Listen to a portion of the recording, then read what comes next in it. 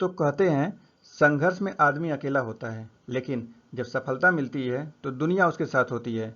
तो इसी के साथ शुरू करते हैं। हेलो दोस्तों, आप सभी का स्वागत है हमारे चैनल पर और आप देख रहे हैं study with interest and love. तो आज हम यूपीएससी के वैकल्पिक विषय जो कि समाजशास्त्र है, समाजशास्त्र में पेपर 2 जो कि जिसका भी वैकल्पिक विषय है समाजशास्त्र, इसमें ये पेपर 2 शुरू किया जा रहा है। इसके पहले हम लोग सिलेबस कवर कर दिए गए हैं, दूसरे वीडियो में उसको किया गया है, जिसमें कि पेपर 1 और पेपर 2 बहुत ही अच्छे तरीके से बताया गया है कि किस तरह से पढ़ना है और किस तरह से शुरू करना है। तो आज यह पेपर 2 का पहला वीडियो है, जिसमें कि हम विचारकों के बारे में बात करेंगे। इसमें है चैप्टर भारतीय सामाजिक विचारक समाजशास्त्री सरोकार। तो आज इसमें हम लोग इंट्रो देखेंगे और समाजशास्त्र क्या है और इसके क्या कंक्लूजन है इसके बारे में पढ़ेंगे, और इसके नेक्स्ट चैप्टर में पढ़ेंगे फिर हम लोग जीएस घुरिया के बारे में। तो चलिए इसको हम शुरू करते हैं और देखते हैं इसमें क्या दिया गया है। तो जैसा कि हम लोग ने बताया कि इसमें चैप्टर दिया गया है भारतीय सामाजिक विचारक समाजशास्त्री के सरोकार है।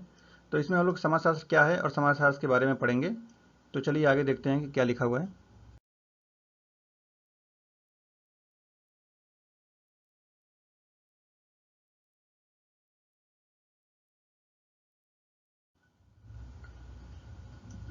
भारतीय सामाजिक विचारक घुरिये, जीएस घुरिये, श्रीनिवास, आंद्रे वेतेई, डीपी मुखर्जी विदेशी समाजशास्त्रियों से भिन्न नहीं है।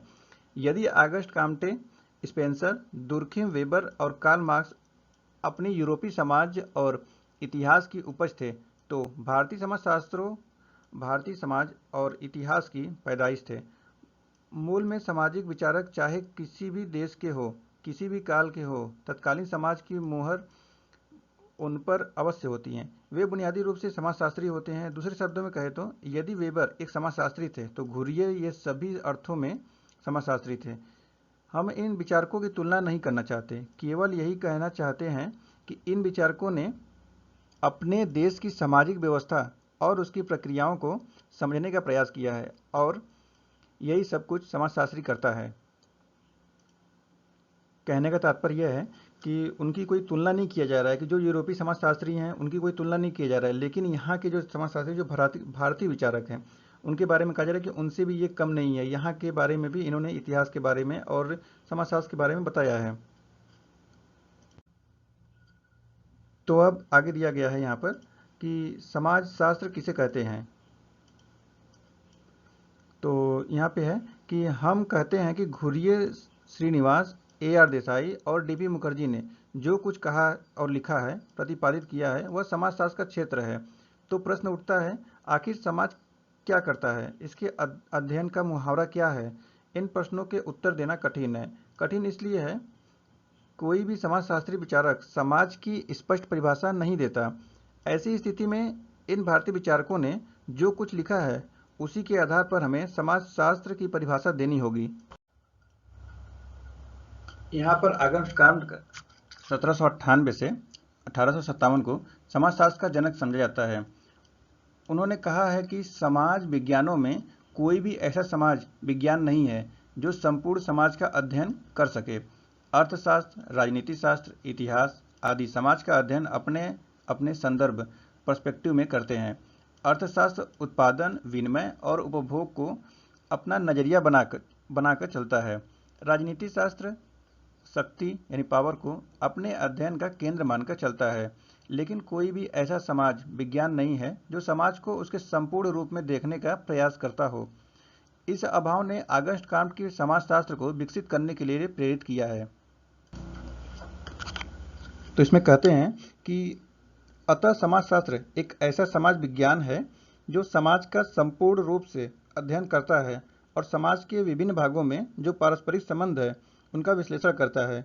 थोड़े शब्दों में कहे तो कहना होगा कि समाजशास्त्र समाज का अध्ययन यानी कि स्टडी ऑफ सोसाइटी है। हालांकि ऑगस्ट काम्ट की यह परिभाषा आज पुरानी हो गई है, इसमें कोई संशोधन आ गया है। जैसे कि काम्ट की दृष्टि में समाजशास्त्र एक अमूर्त है और सैद्धांतिक विज्ञान है जो सामाजिक प्रघटनाओं को अध्ययन करता है। आज के संदर्भ में समाज और उसकी विभिन्न संस्थाओं, संरचनाओं और प्रक्रियाओं का अध्ययन करना समाजशास्त्र की अध्ययन सामग्री है।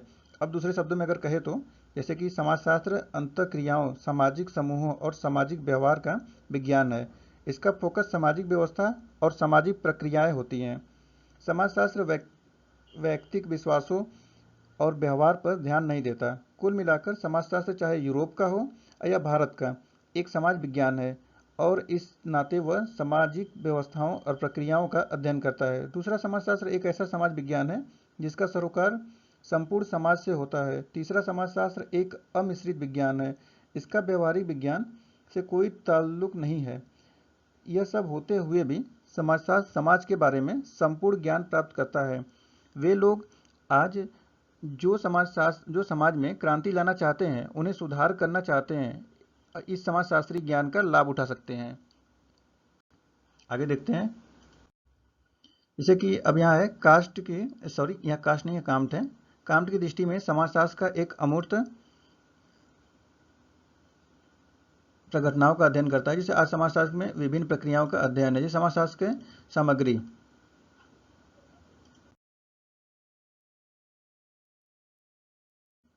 अब जैसे यहाँ पे दिया गया है, एक समाज विज्ञान होने के नाते समाजशास्त्र के कतिपय संदर्भ में ये संदर्भ मुख्यतः 4 आयामों में देखने को मिलते हैं। तो इसमें पहला आयाम है, मनुष्य समूहों में रहते हैं और ऐसी अवस्था में ये समूह उसके विचारों कार्य को निर्धारित करते हैं। मजदूर वर्ग का आदमी जो कुछ सोचता है उसका समूह निश्चित करता है। यानी जो मजदूर आदमी है वो जो सोचता है तो वो जहाँ रहता है उसकी सोच उसकी समूह निश्चित करता है। वह सिनेमा जाएगा, बेधड़क होकर तीसरे दर्जे का टिकट खरीदेगा, मूंगफली का पैकेट और अपने हाथ में लेगा और एक्शन फिल्म के हीरो के करतब के साथ ताली बजाएगा, ऊपर नीचे होगा। ऐसा उसके वर्ग के साथ लोग करते हैं। समाजशास्त्र देखता है कि सामाजिक पृष्ठभूमि उसके विचारकों को भी प्रभावित करती है। दलित साहित्य के लेखक इस बात को स्वीकार करते हैं कि गरीबों के विचार अभिजन के विचार से भिन्न होते हैं। जैसे कि इस विभिन्नता के होते हुए भी समाजशास्त्री निरपेक्ष भाव से वस्तुओं को देखता है। जैसे एक राइटर हैं सी राइट मिल्स ने अपनी पुस्तक समाजशास्त्री कल्पना, जो कि उनका पुस्तक है सोशियोलॉजिकल इमेजिनेशन, 1959 में कहा है कि समाजशास्त्री को मनुष्य, समाज, जीवन कथा और दुनिया को समानता के स्तर पर देखना चाहिए। इसका अर्थ यह हुआ है कि कोई भी विचारक समाज को समूह के संदर्भ में देखता है। सभी कहने का तात्पर्य यह है कि जो कोई भी मनुष्य है या जो कोई भी ऐसा इंसान जो वो वही सोचेगा जिस समूह में वो रहता है, उसके थॉट उसके विचार उसके बाहर जाएंगे ही नहीं। चलिए इसमें दूसरा आयाम, इसके आयाम देखते हैं। दूसरा आयाम है सामाजिक यथार्थता। वस्तुतः एक सामाजिक संरचना भारतीय दर्शन के विचारकों का एक लंबा तबका ऐसा है जो बताता है कि समाज में जो भी यथार्थता वह और कुछ न होकर केवल एक माया है, और माया कबीर कहते हैं बड़ी ठगनी है। देखा जाए तो यथार्थता का सही या गलत अनुभाविक से कोई मतलब नहीं है। देखिए यहाँ पे कहने का तात्पर्य यह है कि अगर एक जाति या धार्मिक संप्रदाय किसी वस्तु को यथार्थ मानता है तो सभी अर्थों में यह यथार्थ है। इस तरह समाज द्वारा मान्यता प्राप्त वस्तु यथार्थ है। अगर किसी जाति में बिल्ली का रास्ता काटना जो है वो अपशकुन है, यानी गलत है, और या तो कुत्ते का रोना अपशकुन है, तो यह यथार्थता है। अगर जन्म कुंडली के आधार पर विवाह होते हैं तो यह यथार्थ है। समाजशास्त्री सामाजिक दृष्टि से संरचित और वैज्ञानिक तर्क पर आधारित यथार्थता के अंतर को समझने का प्रयास करते हैं। अब इसमें तीसरा आयाम आता है, इसमें लिखा है सामाजिक यथार्थता के अर्थ की कई परतें होती हैं। यथार्थ का ऊपरी अर्थ केवल मुखौटा मात्र होता है। जाति वस्तुतः पवित्र और अपवित्र की धारणाओं पर नहीं बनी है। कहने का मतलब है कि यह तो उसका दिखावा का अर्थ मात्र होता है। जातियां तो अभिजन और धनाढ्य लोगों के हित के लिए बनी होती हैं। समाजशास्त्री तो यथार्थता के पीछे जो अर्थ है उसे खंगालने की कोशिश करता है। लोग तो अपने अपने दृष्टिकोण से यथार्थता को देखते हैं, लेकिन समाजशास्त्री उसकी गहराई को खोजना और उसमें निहित सही अर्थ का वैज्ञानिक दृष्टि से अर्थ निकालता है। अब इसमें चौथा है समाजशास्त्री का एक और संदर्भ आम आदमी के जीवन से सरोकार रखता है। यह आम आदमी ही समाज का केंद्र बिंदु है। यह आदमी इतिहास से जुड़ा होता है और इसी कारण समाजशास्त्री का जुड़ाव संपूर्ण समाज और इतिहास से होता है। अब इसमें आगे कहा जा रहा है कि यूरोप के समाजशास्त्र में कई विचारक हुए। इन विचारकों में Durkheim, Max Weber, Karl Marx और पेरेटो के नाम अग्रणी हैं, मतलब सबसे ऊपर हैं। इसमें ये विचारक है, यहाँ पे विचारक होगा, विचारक। ये विचार 18वीं से 19वीं शताब्दी में प्रबोध यानी कि एलाइनमेंट की उपज है। प्रबोध ने संपूर्ण यूरोप को अपनी परिधि में समेट लिया है। इस युग का विचारक अपने पिछले युग से भिन्न था। इनके विचारक का यह पुख्ता विचार था कि इस संपूर्ण संसार को समझा जा सकता है। इस युग की बहुत बड़ी विशेषता तर्क यानी रीजन हो गई है। विचारकों ने तर्क को ईश्वर के बराबर समझ लिया। इस आधार पर समाज विज्ञान में ऐसे नियमों की खोज की जाने लगी जो प्रकृति विज्ञानों के नियमों की तरह हो। इस युग के लिए सत्य जीवन का अंतिम मुहावरा बन गया। सत्य की खोज में वे सभी सामाजिक संस्थाएं जो अंधविश्वासों, मिथकों और भावनाओं पर आधारित थी, लड़खड़ाने लग गई। दूसरे शब्दों में यह माना जाने लगा कि चर्च, राजा, प्रजाति आदि रूढ़िगत संस्थाएं तर्क के आगे टिक नहीं सकती और इसलिए इनकी खूब आलोचना होने लगी। इनकी छिछलीदार होनी चाहिए और सत्य तथा तर्क को सबसे ऊंचा स्थान मिलना चाहिए। यहाँ पर दिया है कि 18वीं तथा 19वीं शताब्दी के विचारकों का पूरा विश्वास विज्ञान, तर्क तथा प्रकृति विज्ञानों में था। इन विचारकों पर धर्म का भी पर्याप्त प्रभाव था। मार्क्स ने कहा कि धर्म और कुछ न होकर पूंजीवाद का एक ढकोसला है, एक नकाब है, तो सब मिलकर एक ऐसा नशा है जो उन्हें शोषण के प्रति आवाज़ नहीं उठाने देता है। मार्क्स ने वर्गों के उत्पादन के संबंधों के साथ जोड़ा है। तो यहाँ हम केवल यह कहना चाहते हैं कि यूरोप के जो विचारक थे उनका उनके समाज से पूरा सरोकार था। जैसा समाज था वैसे ही विचारक थे। इन विचारकों ने अपनी सामाजिक ऐतिहासिक पृष्ठभूमि को नकारा नहीं, अब वे इसी के उपज थे। यहाँ एक बात और कहनी चाहिए कि 18वीं से 19वीं शताब्दी के विचारकों में विचारों का सजातीय नहीं थी। जिस विचारक के समाज जैसे उसे अनुभव थे वैसा उसने लिख दिया। जैसे कि ये कहते हैं कि इस विभिन्नता के होते हुए भी कुछ कारक ऐसे थे जिन्होंने समान रूप से सभी विचारकों को प्रभावित किया। उदाहरण के लिए पूंजीवाद और धर्म ऐसे ताकतवर कारक थे जिन्होंने संपूर्ण यूरोप को झकझोर दिया और इसका प्रभाव तत्कालीन विचारकों पर भी पड़ा। जैसे कि मैक्स वेबर ने यह स्थापित करने का प्रयास किया कि प्रोटेस्टेंट आचार में इनकी शक्ति थी। उसने पूंजीवाद भावना को प्रोत्साहित किया। यूरोप में 18वीं शताब्दी में जो औद्योगिक क्रांति आई उससे उत्पन्न पूंजीवाद ने संपूर्ण वैचारिकी को बदल दिया। इधर कार्ल मार्क्स पूंजीवाद से इतने प्रभावित हुए कि उन्होंने पूंजीवाद का खंडन धर्म की वजह से स्वीकार किया। उनका वर्ग संघर्ष का सिद्धांत पूंजीवाद पर आधारित है। दुर्खिम ने समाज की सुदृढ़ता का आधार नैतिकता को स्वीकार किया। विचारक को कोई भी हो, समाज की विभिन्नता कैसी भी हो, कुछ मुद्दे ऐसे थे जिनका सरोकार विचारकों से था और उनका संपूर्ण विश्लेषण विचारकों ने किया है। और यदि हम 18वीं और 19वीं शताब्दी के यूरोप को देखें तो बहुत स्पष्ट हो जाएगा कि सामाजिक विचारक पूरी तरह से अपने समय के समाज से जुड़ा होता है। समाज की पृथक उसका कोई अस्तित्व नहीं होता।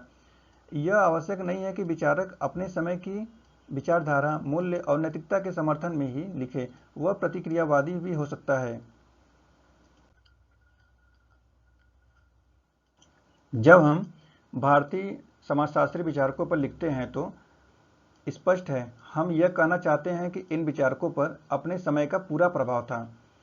यह भी साफ है कि ये विचारक भारतीय समाज की तत्कालीन संरचना के पक्ष और विपक्ष दोनों में हो सकते हैं। अछूतों की समस्याओं के प्रति गांधी जी और अंबेडकर दोनों एक दूसरे से भिन्न थे। समाज का सरोकार तो विचारकों के लिए आवश्यक है, लेकिन विचारों में समानता होना आवश्यक नहीं है। कहने का मतलब कि इस अध्याय के अगले पृष्ठों में भारतीय समाजशास्त्रियों की सामाजिक पृष्ठभूमि का उल्लेख करेंगे तो उसमें समझ आएगा ज़्यादा ही। जैसे कि किसी विचारक का सम्यक विश्लेषण उसकी सामाजिक स्थिति के अभाव में करना बहुत कठिन है। अब विचारक अपने समय के समाज की उपज होते हैं और इस समय की समाज की पृष्ठभूमि को के बिना उसे साझा नहीं किया जा सकता है। जैसे कि उस समय का जो समाज होगा तो उसी के आधार पर जितने विचारक होंगे उनको विचार किए होंगे। इसमें एक बात और है कि यदि कोई समाजशास्त्री विचारक अपने समय की विचारधारा उस समय उठापटक और हमारी संस्कृति माहौल या प्रतिनिधित्व नहीं करता है, तो उसका विचारक का दर्जा कमजोर हो जाता है और वह शून्य का विचारक हो जाता है। समाज के प्रति उसकी वफादारी संपूर्ण हो जाती है। समाजशास्त्र में एक ऐसी रूढ़िवादी परंपरा चल रही है जो कुछ विचारकों को बराबर विचारक का दर्जा देती आ रही है। ये तथाकथित विचारक एक प्रकार के मठाधीश हैं जो किसी पूजनीय शंकराचार्य की तरह समाजशास्त्र में अपना आसन जमाए हुए हैं। अधिक दुखदायी बात यह है कि किसी विश्वविद्यालय में पाठ्यक्रम में उनका स्थान सुनिश्चित होता है। नेक्स्ट चलते हैं। अब इधर देखिए, देश का विभाजन हो जाता है, बहुत बड़ी आबादी दो फाड़ों में बढ़ जाती है, लोग शरारती हो जाते हैं जिसे हम सामाजिक विचारक कहते हैं। इन घटनाओं पर मौन साध लेते हैं। और देखिए कि किसान बेघर हो जाता है, चाय बागान एक मजदूर गुलाम का जीवन बिताता है, जलियांवाला बाग जनरल डायर निहत्थे नागरिकों पर गोलियों की बौछार करते हैं, या बारडोली का किसान भूमि कर देने के लिए मजबूर हो जाता है। कहा जाता है कि देश में ऐसी घटनाएं जो हैं देश को हिला देने वाली होती हैं, और हमारा सामाजिक विचारक जाति प्रथा के लक्षणों के विश्लेषण में संलग्न होता है। प्रश्न उठता है, आखिर हम सामाजिक विचारक किसे कहते हैं? देश में आज़ादी के संघर्ष चल रहा है, गांधी जी इस लड़ाई से जूझ रहे थे, और हमारे सामाजिक विचारक संस्कृत ग्रंथों के आधार पर बहिर्विवाह और अंतर्विवाह के नियमों की व्याख्या कर रहे थे। इस देश में कुछ ऐसा हो रहा था जब रोम जल रहा था और नीरो अपनी बांसुरी बजा रहा था, जब देश के सामने उपनिवेशवाद अपनी जड़ें जमा रहा था। हमारे सामाजिक विचारक साधुओं की वेशभूषा पर समाजशास्त्री ग्रंथ लिख रहे थे। हमारा तर्क यह है कि जहाँ सामाजिक राजनीति और वैचारिक पर्यावरण देश को हिला डुला रहा हो, वहाँ समाजशास्त्रीय विचारक अपनी दुनिया में ही मग्न रहे। तो विचारक की देश के प्रति क्या वफादारी होगी, यह एक महत्वपूर्ण प्रश्न है जिस पर हमें आज सोचना पड़ेगा। हम कहाँ तक समाजशास्त्री विचारकों को मठाधीश का दर्जा देते रहेंगे?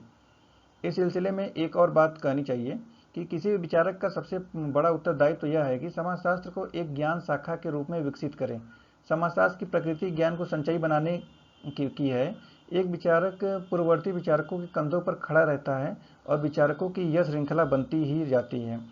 यह सब ठीक है, लेकिन श्रृंखला की कोई भी कड़ी अपने समाज की वास्तविकता को नकार नहीं सकती।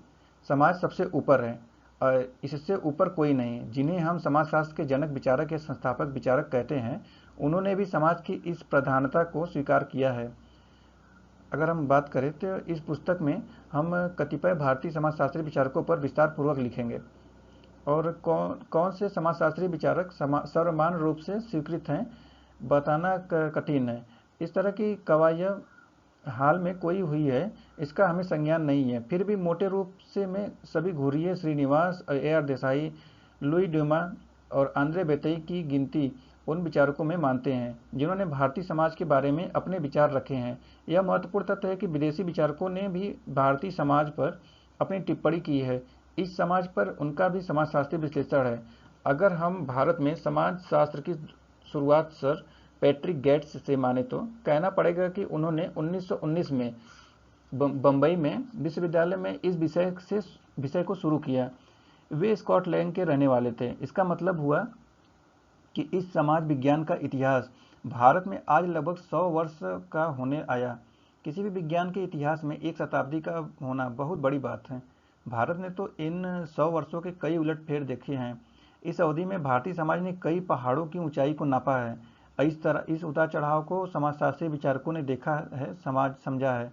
इसके साथ उनका गहन सरोकार रहा है। अगले पृष्ठों में हम भारतीय समाज की संरचना और उसके विचारकों की यात्रा रखने का प्रयास करेंगे, और ऐसा करने के पीछे हमारा लक्ष्य केवल यही बताने का है कि भारतीय समाजशास्त्री विचारक इसी समाज की उपज हैं। समाज की इस वास्तविकता के संदर्भ में वे अपने लेखन में कितने खरे उतरे हैं, इसे जानना हमारा दूसरा लक्ष्य है। तो चलिए अब आगे देखते हैं। अब इसमें दिया हुआ है, अच्छा और कौन सा पेन इसमें है, आज़ादी की लड़ाई, प्रजातंत्र और आर्थिक विकास की शुरुआत।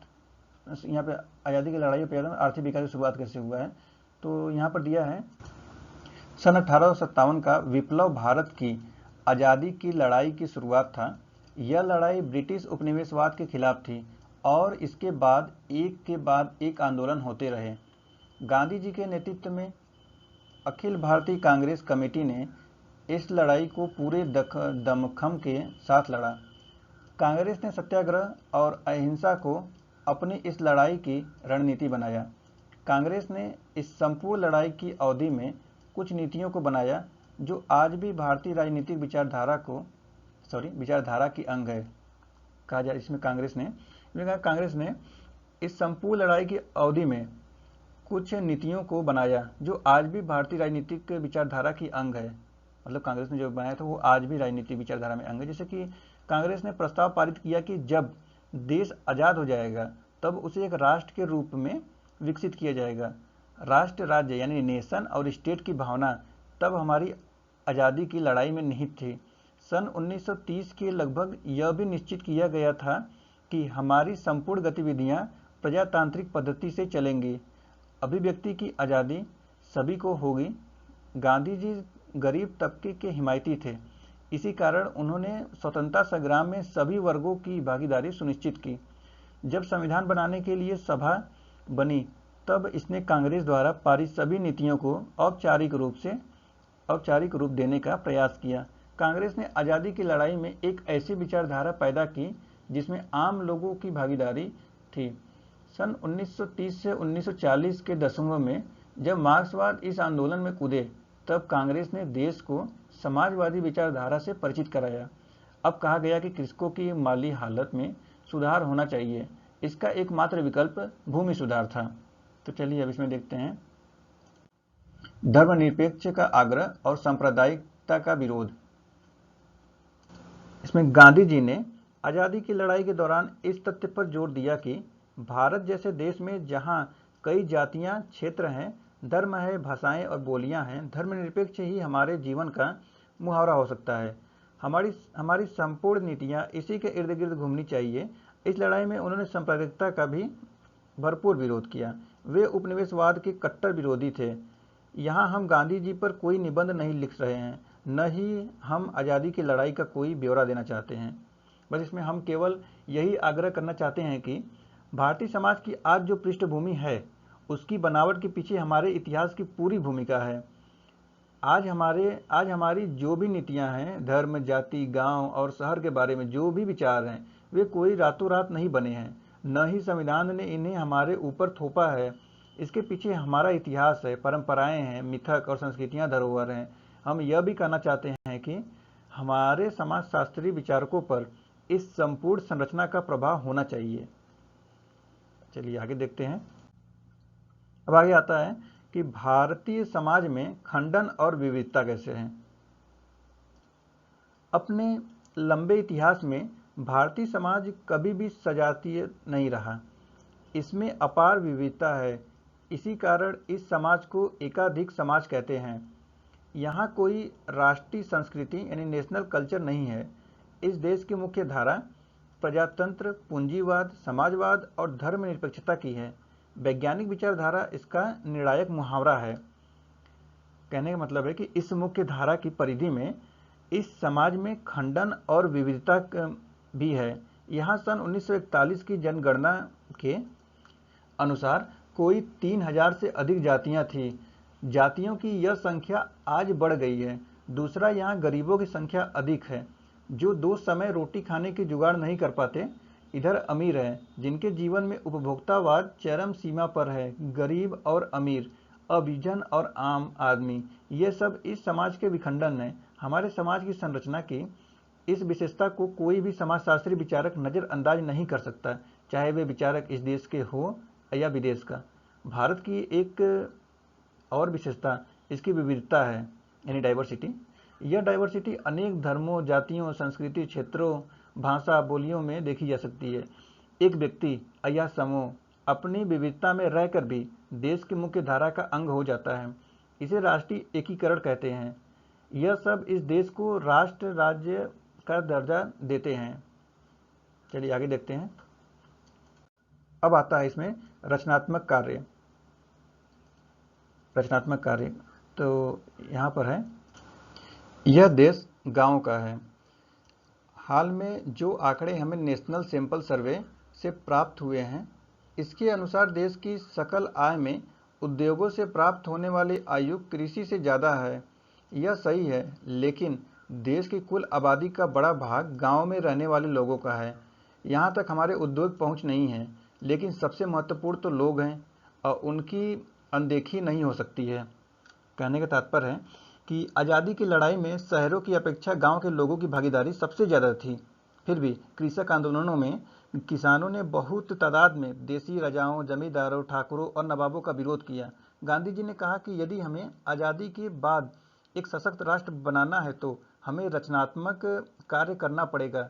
भारतीय गाँव की बहुत बड़ी पृष्ठभूमि और इस अर्थ में भारतीय समाज की विशेषता इसके संरचनात्मक काम में है।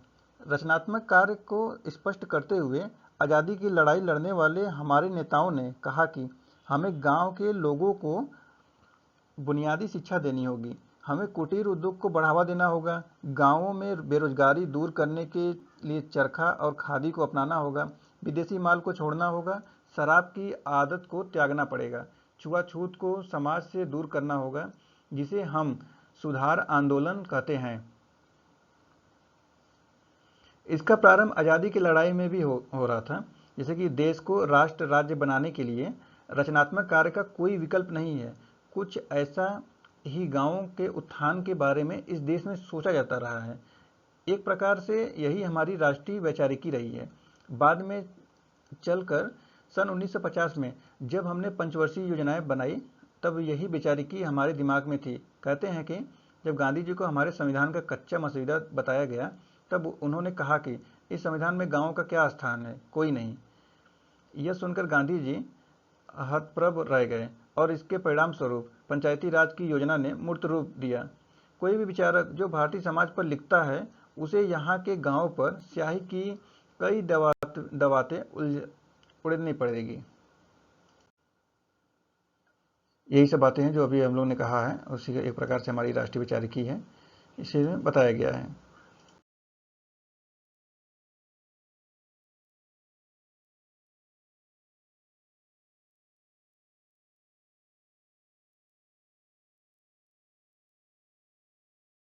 तो अब आगे आता है उपनिवेशिक भारतीय समाज।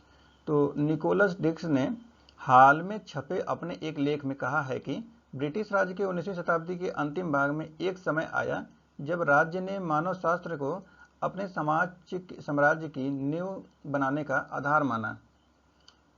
वैसे जब कभी हम भारतीय मानव शास्त्र की व्याख्या भारत के संदर्भ में करते हैं तो कहते हैं कि यहाँ 19वीं और 20वीं शताब्दी के मध्यांतर पर्याप्त मात्रा में मानव जाति अध्ययन हुए।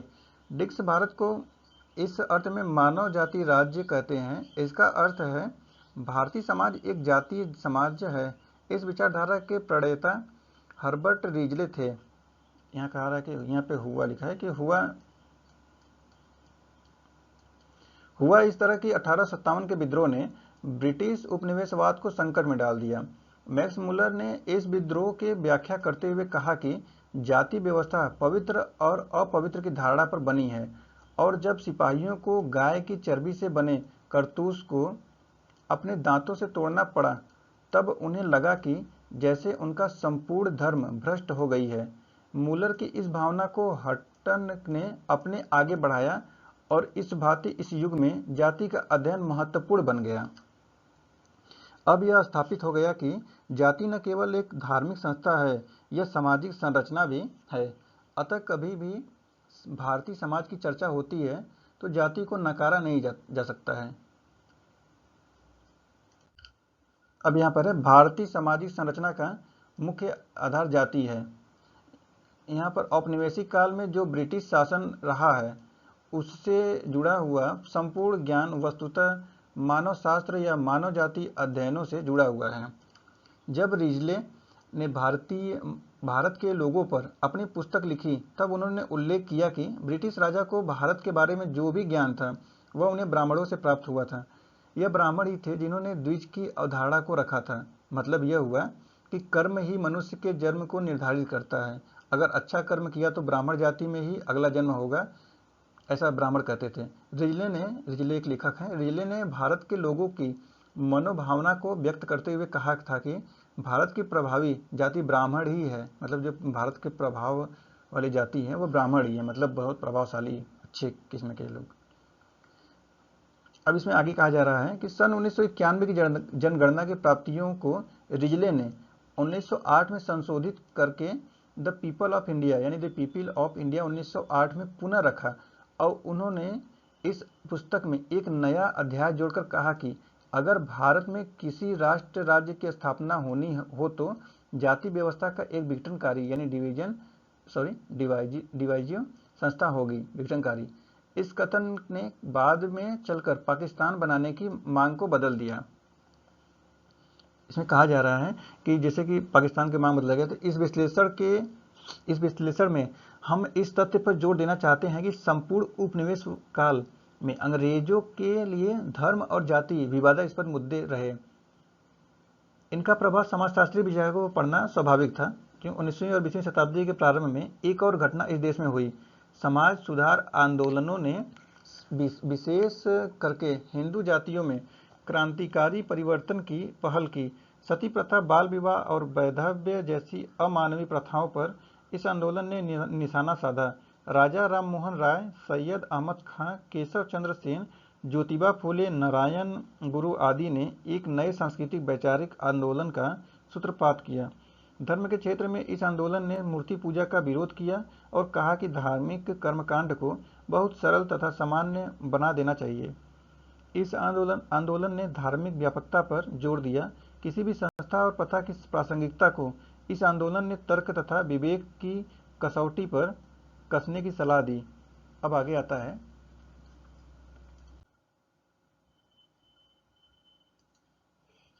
है भारत में मार्क्सवाद विचारधारा का उदय और विस्तार। तो यह सही है कि भारत में गांधी जी का विचारधारा का पर्याप्त प्रभाव था। आम लोग अहिंसा और सत्य के जीवन मूल्य से अभिभूत थे। इसी विश्वास ने उन्हें भारतीय समाज के निर्माण में भागीदार बनाया। लेकिन भारतीय समाज पर की गई यह टिप्पणी अधूरी होगी यदि हम मार्क्सवाद और समाजवाद पर कुछ नहीं लिखते। यह लगभग 1920 के दशक की बात है, जब भारत में मार्क्सवाद का उदय हुआ था। कई बार मार्क्सवाद की अपेक्षा वाम दलों यानी लेफ्ट पार्टीज के उदय की बात कही जाती है। हम मार्क्स या वाम दल किसी भी पद के नाम से इस विचारधारा को रखें, वास्तविकता यह है कि 20वीं शताब्दी के प्रारंभ में यहाँ यह विचारधारा ताकत पकड़ रही थी। किसान और मजदूर अपनी खस्ता हालत से बेहाल थे। इधर रूस में 1917 में बहुत बड़ी क्रांति हुई। इसमें लेनिन ने जार के आतंकी प्रशासन की जड़ें हिला दी। भारत में लगा कि जब रूस की जनता जार के जुए को उतार फेंक सकती है तो भारत के लोग ब्रिटिश उपनिवेशवाद को क्यों नहीं उखाड़ फेंक सकते।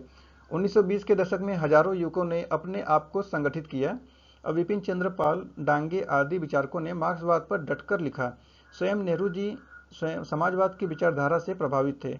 बाद में चलकर सुभाष चंद्र बोस नेहरू के साथ हो गए।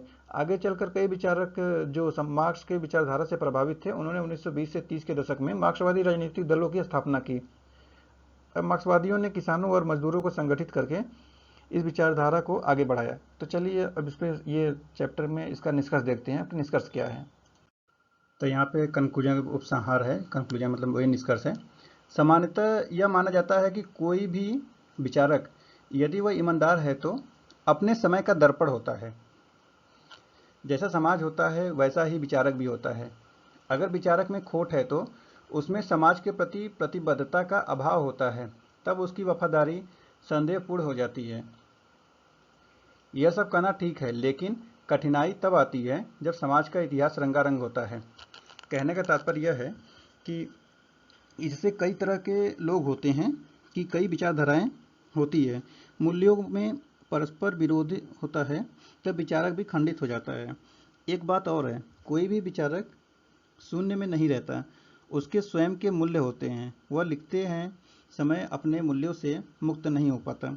ऐसी स्थिति में यह कहना थोड़ा कठिन हो जाता है कि विचारक अपने समय और समाज का दर्पण होता है। समाज में कई मूल्य होते हैं, ऐसे मूल्य जो अधीनस्थों को हमेशा के लिए पद दलित बनाए रखना चाहते हैं, और ऐसे मूल्य जो अभिजनों को जमीन पर नहीं लाने देना चाहते। मूल्यों के इस मकड़ जाल में समाजशास्त्री भी ईमानदार रह पाए, यह कहना बहुत कठिन है। यहाँ पर अब प्रश्न यह उठता है कि भारतीय समाज की क्या विशेषता है। यह विशेषता कई क्षेत्रों में देखने को मिलती है। इसका कोई समग्र रूप किस भांति तैयार किया जाए, इस तरह की कोई कवायद करना बहुत कठिन है। वास्तविकता यह है कि भारतीय समाज में कई पारस्परिक विरोध हैं। इन्हें समेटना कोई आसान काम नहीं है। फिर भी हमने प्रयास किया है कि इस समाज के कुछ लक्षण हैं जो हमेशा से इसके मूल में हैं। समाजशास्त्री विचारकों को इन देशज लक्षणों का प्रतिनिधित्व करना चाहिए। भारतीय समाज आज जो कुछ है, जैसा कुछ था, वह एक सभ्यता के विकास की प्रक्रिया का अंग है। इसे समझने के लिए ऐतिहासिक अनुभविक विधि को अपनाना तार्किक लगता है। आज यह समाज जो कुछ है, इसका मूल इसकी आज़ादी की लड़ाई के इतिहास में भरा पड़ा है। हमने इस समाज को विभिन्न ऐतिहासिक मुद्राओं, आंदोलनों और सांस्कृतिक उतार चढ़ाव में देखने का प्रयास किया है। उन्हीं के संदर्भ में अगले अध्यायों में हम विभिन्न समाजशास्त्रीय विचारकों को देखेंगे। हमें देखना है कि इन विचारकों का अपने समाज के साथ कितना सरोकार था। तो इसी के साथ ये चैप्टर समाप्त होता है। इस चैप्टर में हम लोग जीएस गुरिया का समाजशास्त्र और इनको इंडोलॉजी देखेंगे उनका। तो इसी के साथ हम लोग ये चैप्टर समाप्त करते हैं। और आप लोग बताइएगा कि आप लोग को ये चैप्टर कैसा लगा। और आपने अगर यूपीएससी में सोशियोलॉजी सब्जेक्ट समाजशास्त्र लिया हुआ है तो आप लोग को यह वीडियो आप लोग के लिए यह वीडियो बहुत ही महत्वपूर्ण होने वाला है। और आने वाले हम लोग समय में बहुत सारा वीडियो ऐसे बनाने वाले हैं जो कि पूरे सिलेबस को कवर करेगा। और आप लोग भी अगर चाहते हैं इसको देखना तो कंटिन्यू इसमें बने रहिए। और आप लोगों के लिए ये बहुत ही लाभकारी सिद्ध होने वाला है। तो अगर आप अपनी तैयारी को ऐसे सुचारू रूप से चलाना चाहते हैं तो बने रहिए हमारे साथ। और तब तक के लिए धन्यवाद। आपका दिन शुभ हो।